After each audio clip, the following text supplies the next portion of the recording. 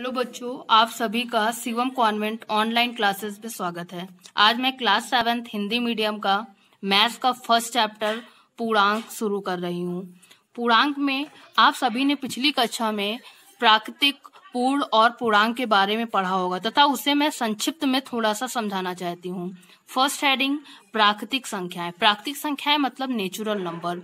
Natural number क्या होते हैं? प्राकृतिक संख्याएं वे संख्याएं होती हैं जिसके द्वारा वस्तुओं को गिना जाता है, जैसे 1, 2, 3, 4, 5, 6, 7 आगे। उसके बाद हम आते हैं पूर्ण संख्याएं।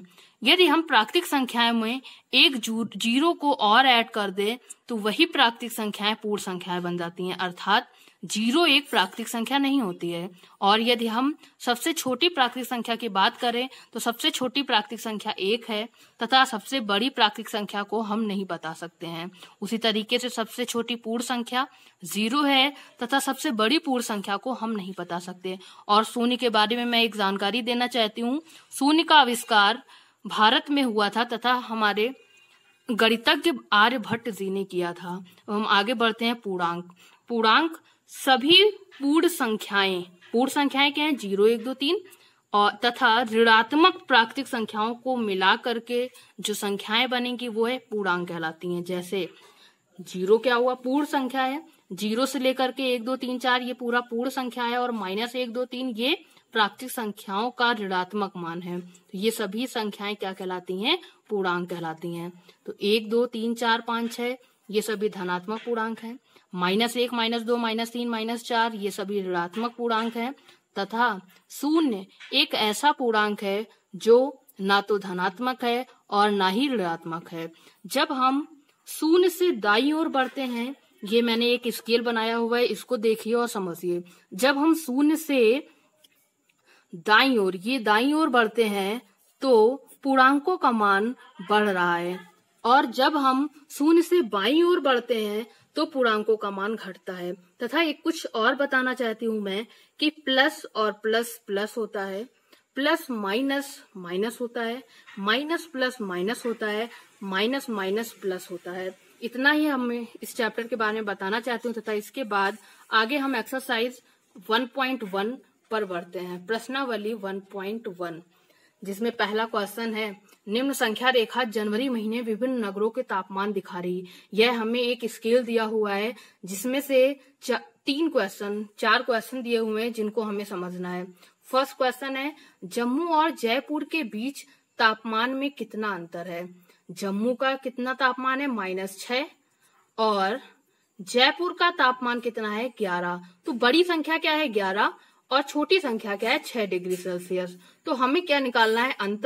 अंतर मतलब 11 डिग्री सेल्सियस में से 6 डिग्री सेल्सियस माइनस करना है। तो माइनस का 6 डिग्री सेल्सियस हमें क्या करना है? माइनस करना है। तो माइनस माइनस अभी मैंने बताया प्लस होता है, यानी कि 11 डिग्री सेल्सियस प्लस का 6 डिग्री सेल्सियस। आंसर आएगा हमारा 17 डिग्री सेल्सियस। 17 degree Celsius. इसके बाद हम दूसरे क्वेश्चन की तरफ बढ़ते हैं, मेरठ का तापमान कितना है? तो हम अपने स्केल में देखेंगे मेरठ कहाँ है? 4 डिग्री सेल्सियस पे। तो हमारा आंसर आएगा 4 डिग्री सेल्सियस।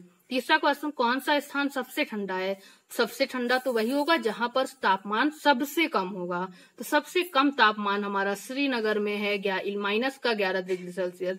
अर्थात सबसे ठंडा जो शहर है वो क्या है? श्रीनगर है। उसके बाद कौन सा स्थान सबसे गर्म है? सबसे गर्म जहां पर तापमान सबसे ज्यादा, अर्थात जयपुर 11 डिग्री सेल्सियस। अब हम दूसरे क्वेश्चन की तरफ बढ़ते हैं, यदि कोई हवाई जहाज समुद्र तल से 6000 मीटर की ऊंचाई पर है। तो मैंने एक डायग्राम बनाया हुआ है, ये हमारा एक समुद्र है और ये समुद्र तल है। समुद्र तल को हम 0 से दिखा रहे हैं। तो समुद्र तल से ऊपर जहाज 6000 मीटर की दूरी पर उड़ रहा है और उसके ठीक नीचे समुद्र में एक पनडुब्बी 900 मीटर की गहराई में है तथा समुद्र तल से ठीक नीचे 900 मीटर में एक पनडुब्बी है। अब हमें उनके बीच की ऊर्ध्वाधर दूरी निकालनी है। तो ये जहाज है और ये पनडुब्बी है, तो दोनों के बीच की ऊर्ध्वाधर दूरी यानी कि कुल दूरी, तो कुल दूरी क्या होगी?